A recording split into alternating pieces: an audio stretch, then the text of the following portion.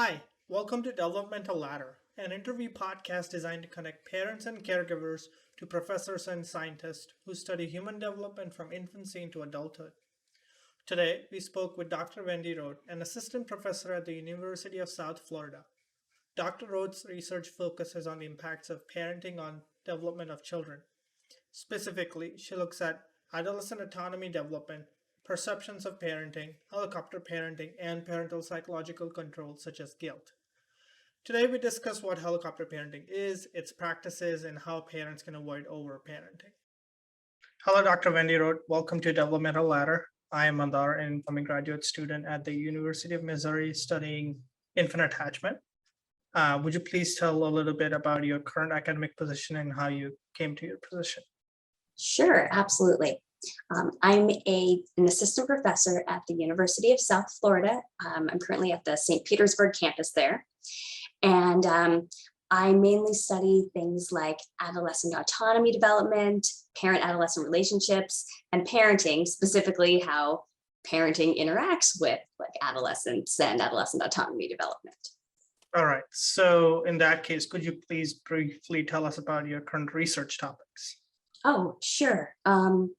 So I mainly focus on, as I said, kind of the intersection of parenting and adolescent autonomy development.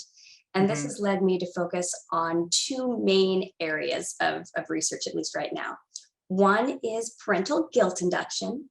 So sort of trying to socialize kids, especially in adolescence. Sometimes we do that through making them feel guilty, either purposefully or not. And the other area is overparenting, or what is more colloquially, sorry about that, known as helicopter parenting. So that's that sort of overparenting, right? Too much, excessive parenting. All right, that does make sense with overparenting and parents just having their way with kids sometimes. So diving deeper, could you please expand on what are some common ways of helicopter parenting, like the practices that parents employ, and what are the motivations behind them? Sure. So helicopter parenting, it's still a relatively new construct, overparenting, helicopter parenting. It's particularly been focused on in the kind of early adulthood period, late adolescence period, so sort of college students or that transition. And the behaviors that are involved in overparenting or helicopter parenting kind of differ a little bit depending on whose scale you're using. But it looks like over time, it's kind of solidified into two main areas. One is a lot of sort of monitoring and control behaviors. And the other is a lot of assistance or intervention type behaviors. And usually, although parents can be higher or lower in some compared to others of these behaviors, helicopter parenting is sort of that combination of doing a lot of assistance and also just trying to be really involved in your child's life. Do you want maybe like examples of a few of those things? Yes, that would be greatly appreciated. Awesome. Okay, so like some of those monitoring control behaviors, and again, here we're talking about like early college students, late high schoolers. It's a lot of information seeking, not just asking like, how did your day go, but really like, okay, well, what did you do? What are all the details? Wanting to know, your whereabouts, your schedule. Also control, not necessarily in setting rules, though it could be, but in trying to really kind of structure the child or young adult's life, making important decisions for them, trying to decide what classes they're going to take, or trying to influence them in making those types of choices. And then also not supporting the child's own decisions. And that's not just, providing your input, but really kind of negatively reacting. It kind of links with guilt in some senses there. So that's on the monitoring control side. And then the assistance intervention side, that's things like reminding your child about appointments and assignments and deadlines. It could be calling to check in, to wake them up in the morning. Basically, helping them complete their schoolwork and their assignments. And again, we're not talking about, like, hey, would you, read this over and give me some feedback, but really coming in and saying, hey, let me help you structure what you're going to get done. Taking care of personal tasks for the child. Okay. I know it's really common. Kids come home and they do their laundry themselves at home from college. But this would be like your kid comes home and drops off the laundry for you, and then you take care of everything for them. Or you do all their finances for them. You take care of their budgeting and their accounts.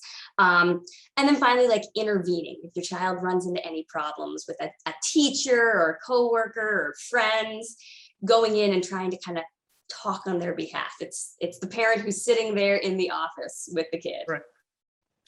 Okay. And But then, the kid is 5, the kid is 20. yeah. Yes. So in that case, what are the motivations behind this? Is it Right. So helicopter parents, overparents, they're not bad people. They're not bad Right, parents. They're right. not sitting here saying, I want to be controlling and overbearing. Usually they want their child to succeed, like we all do. And some parents do these practices in a more critical way, make the kid feel like maybe they can't succeed on their own. Others do it in a warmer way.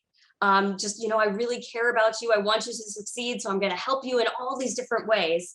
But in either of these cases, it seems like it has to do with some parental anxiety, some parental perfectionism or separation anxiety. It's sort of this sense that my child is a reflection on me, and I want them to do well. I don't want them to fail because I don't want to have failed.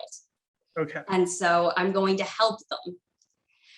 And it seems like the motivations, there hasn't been that much work into whether the motivations that parents actually have make a difference. But I've been doing some work that shows that at least the motivations that kids, young adults, perceive their parents to have as the reasons for the helicopter parenting does make a bit of a difference. If children perceive that parents are trying to assist them because they care and they love them, and they just, maybe are overstepping, tends to be a bit less detrimental than if they believe that parents are doing it because it implies, or their parent thinks, that they can't accomplish these things on their own.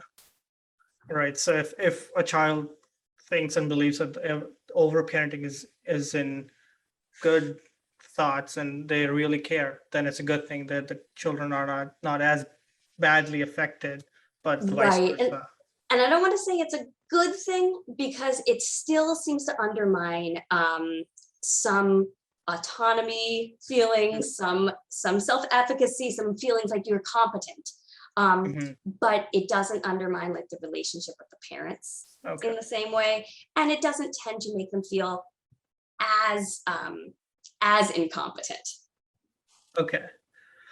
So with these motivations and practices in mind, what does research say about how children develop under helicopter parenting? I know you pointed out that it does undermine the autonomy, but like going in more detail. Absolutely. Well, I mean, probably your audience also will be able to guess it's not a great thing, right? Yeah. For Yeah. Emerging adults who are trying to become autonomous and competent human beings. Typically, helicopter parenting, overparenting is associated with more internalizing problems. So those are things like depression, anxiety, low feelings of well-being, lower life satisfaction, and also sometimes, though not as strongly, with more problem behaviors. And in college students, this could be things like sometimes it's getting in fights, but it's more like risky behaviors. So drinking, smoking, unsafe sex, sort of those lashing out, but not at any one person, maybe at yourself. Okay. So seeing how children get affected by this, what can parents do to avoid sort of being helicopter parents with still having a positive outcome for their children in mind? Right.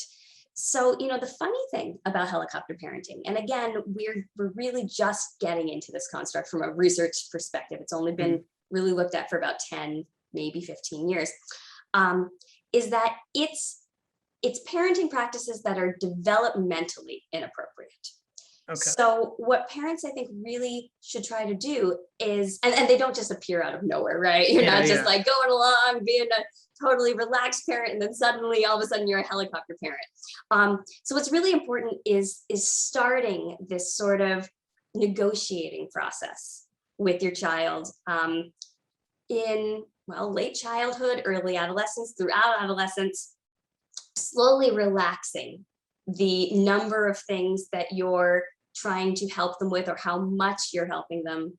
If you or any of your audience sort of knows about the idea of like scaffolding, a zone of proximal development, right? It's that same idea where you want to be there to support your child, but you don't want to do things for your child. So the ideal thing to do is if you're worried that your kid's not getting something done, maybe talk, or that your kid won't be successful, try to talk with that child, especially if they're an older adolescent or a young adult, about your concerns, but also about the strategies that they could use to help themselves. So it's really not, I would never advise parents to not be involved, because involvement is great, support is great. It's more about trying to be like, hey, how can I support you in doing things for yourself? Right. Rather than how can I make sure you get X done? And if you can kind of keep that idea in mind, I think it helps understand how to kind of gradually reduce your involvement in over-parenting ways while maintain your involvement in positive ways. So allow children to become independent while still helping them in little amounts. Right. Try to scaffold them in figuring out what steps they can take for themselves to make themselves successful in the future. So, if they're having a problem with in a class, instead of going in and talking to the teacher for them, or talking to the professor, or saying, well, let me look at that and let me look through this, you might say, hey, it seems like you're having this problem. What strategies have you tried? What strategies could you try? Maybe we can think of some strategies together, and then help them come up with those things, and then set them off to try to do those on their own, or at least attempt them in the first place. So again, it's not a hands-off approach, but it's I'm going to help you be your own advocate sort of approach. Right. So then slightly switching focus away from just general discussion, your paper from 2020, which focused on a novel perspective on family systems, in which you looked at different profiles of parent-child relationships. What did you learn from the study and that parents might find intriguing and thoughtful? It's a great question. So I was really interested in this paper in understanding how helicopter parenting works within a family. So not just one parent and the child. I didn't focus on siblings, which would be a great thing to do. But I did focus on both parents in a family. In this case, it was mothers and fathers, but it could be really any two-parent family or multiple parent family, co-parenting family. And I looked at, and this was based on the adolescence reports. But I looked at their reports of how much their mothers engaged in helicopter parenting and how acceptable they thought those behaviors were. And also how much they said that their fathers engaged in helicopter parenting behaviors and how acceptable they thought those were. And what I found is there were sort of 4 profiles or types of families. There was, and these are, and so I'm calling them adolescents or children. These are actually like freshmen in college. So like 18, 19-year-old. Like 18, 19 years old, yeah. And there was a large group of them who said, yeah, my parents, they've sort of set me off on my own. I'm doing my own thing. And I called that the autonomous group, and they were doing well. They had good relationships with their parents. They were competent, and they were pretty well adjusted, as a group. There was a group where it was just mothers doing the helicopter parenting, and the fathers really were hands off as far as over parenting goes. And in that group, the teens were like, hey, no, this is not okay behavior. Same thing. There was an inverse group where the fathers were doing it and the mothers were much more hands off. And again, the adolescents, the young adults were like, hey, no, not cool. In those groups, mother's level of helicopter behavior was a little higher relative to what fathers were doing when mothers were helicopter parents. But still, you know, it was much less. And then there was a really interesting group to me. And I called this group the helicopter parenting acceptors. In these families, both mothers and fathers, adolescents reported them as engaging in high levels of helicopter parenting, or at least relatively high. But they found it acceptable. The adolescents or young adults did. They either didn't recognize that it was a problem or truly didn't believe that these behaviors were a problem. And this group was really interesting because they had these very warm relationships with their parents. But in fact, they were potentially overly involved with their parents for college students. They were doing a lot of intimate disclosure about, you know, personal feelings and relationships with their parents, even in college. But they weren't doing better in terms of like internalizing problems, in terms of those depression and anxiety issues. So these youth were still, I think, undermined in their competence feelings and their ability to get things done, their self-efficacy, while not feeling alienated from their parents. They kind of had this idea of the family system as this very enmeshed, overbearing system. And they were cool with that, at least on the surface. And I think having both parents engage in it made it more normal feeling for them. It made, when you only have one parent doing it, it was like, hey, what's going on here? Whereas when both parents were engaging in these behaviors, it suddenly felt like this is just kind of how my family works. Normal, and it's not such a big deal if that's how my family works. And so I think it's important to, it kind of goes hand in hand with this idea that the motives and the warmth versus hostility, it all sets a context for what these behaviors, these over involved behaviors mean. But even when you feel okay with them, it still isn't giving them the important opportunities to actually develop those autonomous skills they need.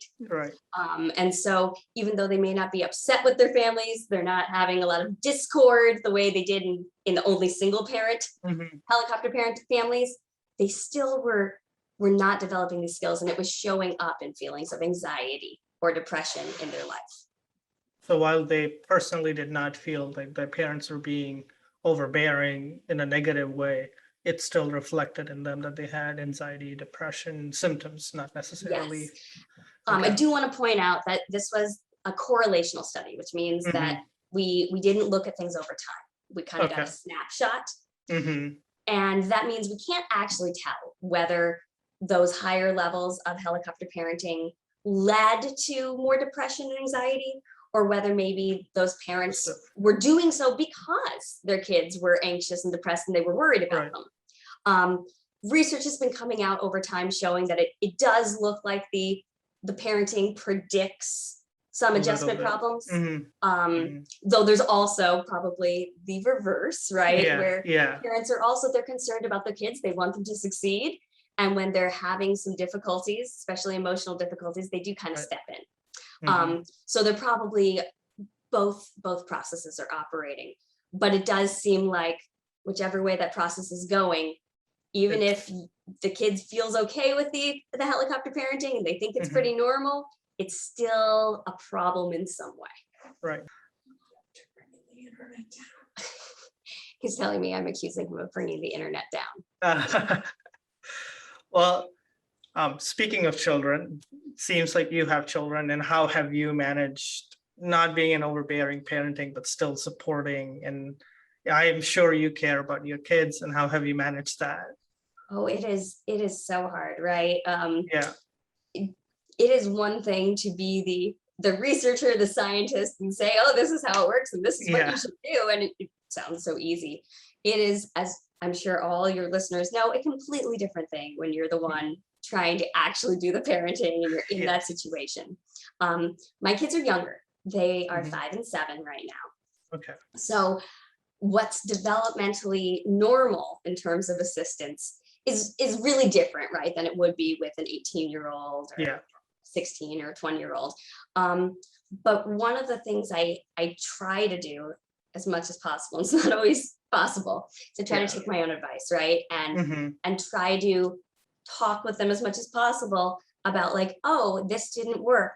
What could we do? What's a strategy we could use? And they'll usually be like, I don't know. And I'll be like, okay, well, could you do this? Could you do that? Could you do this? And instead of saying like, hey, do this, or I'm trying to think about like, you're not getting your times tables.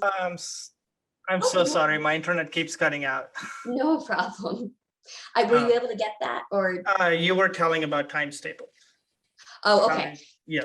Yeah, so I was saying, instead of saying like, okay, well, you need to do these times tables this much, or try to think about like, oh, you're having a problem with your teacher. I'm going to go and, write to your teacher then. I'll often say like, hey, can you talk to your teacher about this? If you don't think you're going to remember it, how about I write you a note that says like, that has the bullet points for like, okay, here are the things that you were concerned about and you were talking with me about. Can you go and talk with your teacher about these things and see how that works? And then of course, because they're very young, right? Yeah. It doesn't always work. It doesn't always happen. Sometimes they forget. Sometimes you do have to talk to the teacher, reach out, step out.